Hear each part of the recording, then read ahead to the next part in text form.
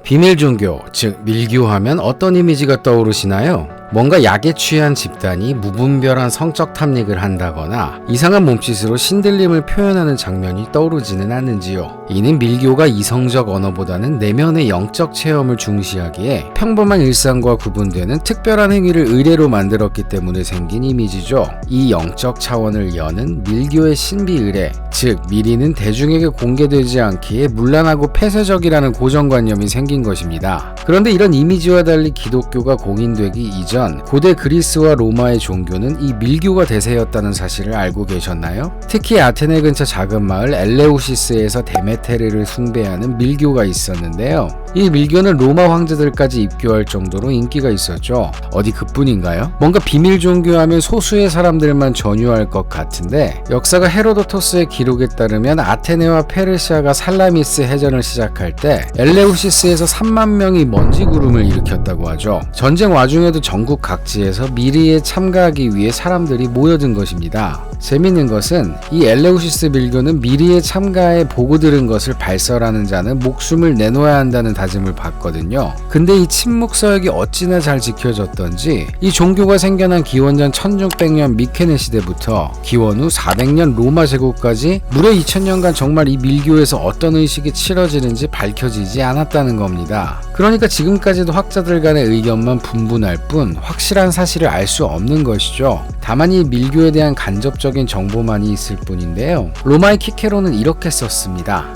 엘레우시스 밀이야말로 로마가 그리스로부터 받아들인 제도 중 가장 신성하고 좋은 것이다. 이 때문에 사람들은 자족하며 살아갈 뿐 아니라 더 나은 희망을 품고 죽음을 맞이할 수 있게 되었다. 라고요. 아무래도 우리가 생각하는 이미지랑은 좀 다른 것 같죠? 도대체 엘레우시스 밀교가 뭐길래 고대 그리스와 로마 사람들에게 행복과 위안을 주었다는 걸까요?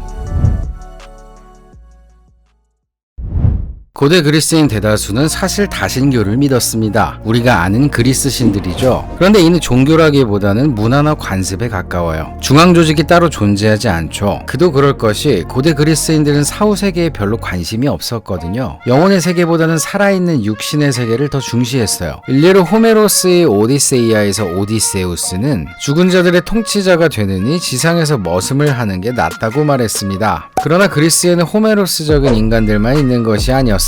죽음에 관심이 많은 사람들도 있었겠죠. 도저히 알 수 없는 미래는 두려움과 호기심을 자아내는 법입니다. 그런 이들이 찾는 곳이 바로 밀교였습니다. 대표적으로 디오니소스교, 오르페우스교, 엘레우시스교가 있었습니다. 특히 엘레우시스교는 고단한 삶을 위로받고 사후세계의 행복을 약속해 주었는데요. 그 약속을 받기 위해서는 비밀의식을 통한 신비한 가르침, 즉 비전을 전수받아야 했습니다. 이는 체계적인 교의와 사후세계에 대한 가르침, 그리고 영적 체험을 하는 과정이었죠. 그러나 앞서 말했듯 그 구체적인 내용이 무엇인지는 알 수 없어요. 또 고대 그리스의 다신교가 모든 공동체 구성원이 반드시 따라야 하는 문화적 의례라면 이 엘레우시스 밀교에서 비전을 전수받는 것은 개인의 선택이었습니다. 특히 아테네 민주주의가 선택적 민주주의인데 반해 이 미리에는 여성, 노예, 나중에는 외국인까지도 참가할 수 있었죠. 이것이 엘레우시스 밀교가 번성한 이유였습니다.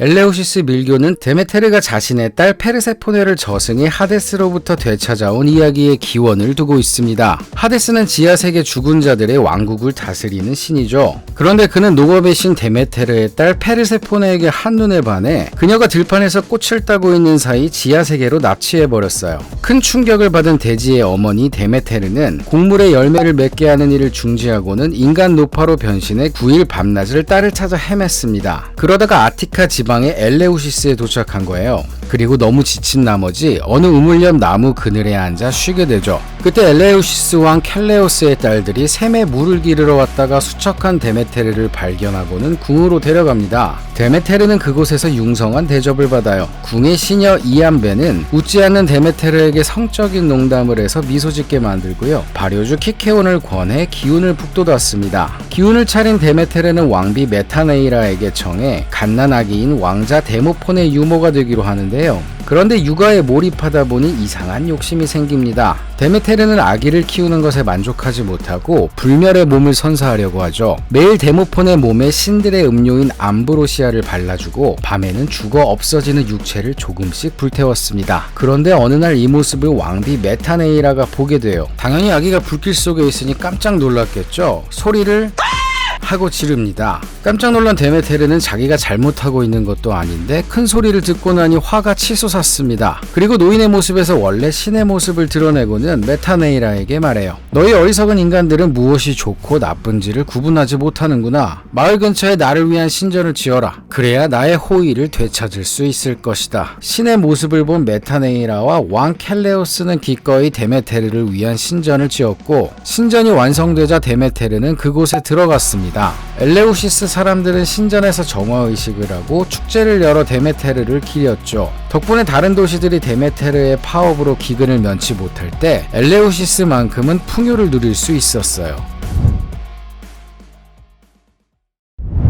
그즈음 제우스는 동생 하데스에게 페르세포네를 돌려보내자고 설득을 합니다. 지금 지상은 사람들이 먹을 게 없으니 신들에게 제사를 못 지내고 있다. 이건 결코 너한테도 좋을 게 없다. 사람들이 죄다 죽어나가니 지하세계도 풀방 아니니? 라는 거죠. 마침 하데스는 자신이 사랑하는 페르세포네가 슬픔 때문에 아무것도 먹지도 하지도 못하던 차라 결국 그녀를 돌려보내기로 결심합니다. 그런데 곱게 돌려보내지는 않았어요. 지하세계 특산품인 석류를 몇 알 먹게 했죠. 저승의 음식을 먹은 사람은 반드시 저승으로 돌아와야 한다는 규칙이 있거든요. 그래서 페르세포네는 1년 중 3분의 1을 지하세계에서 보내게 되었습니다. 페르세포네가 지하에 가 있는 동안 데메테르는 슬픔에 빠져 작물이 자라지 않게 했고요. 어쨌든 그렇게 페르세포네는 저승과 이승을 왔다 갔다 하게 됐는데요. 페르세포네가 저승에서 이승으로 올라올 때 사용하는 문을 엘레우시스의 동굴 플루토니온이라고 합니다. 데메테르가 여기서 기다리고 있다가 자신의 딸과 재회하는 것이죠. 첫 재회 때는 너무 기쁜 나머지 데메테르가 엘레우시스 왕과